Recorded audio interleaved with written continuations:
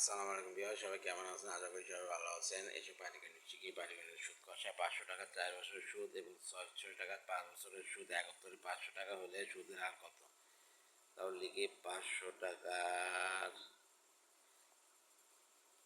4 বছরের সুদ সমান সমান 500 ইন্টু 4 বা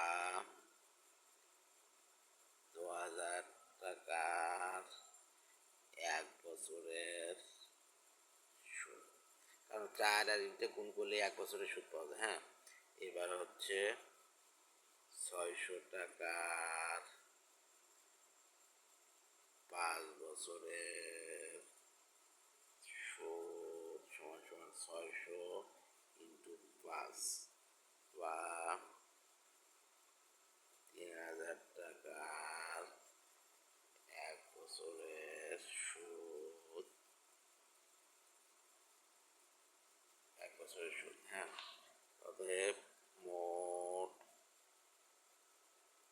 আসল সমান সমান 2000 প্লাস 3000 বা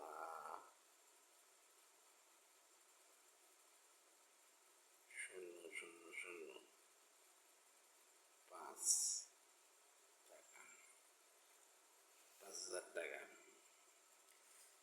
5000 টাকা। এবার হচ্ছে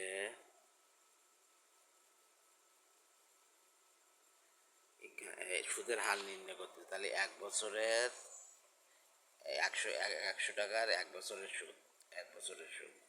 তাহলে 5000 টাকার 1 বছরের সুদ 500 টাকা। অতএব 1 টাকার 1 বছরের সুদ 500 বাই 5000 টাকা।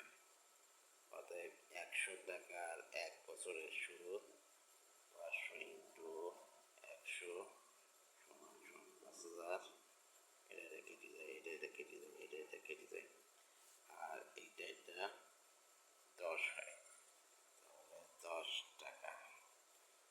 অ্যান্সার সুদের হার 10%। Thank you so much.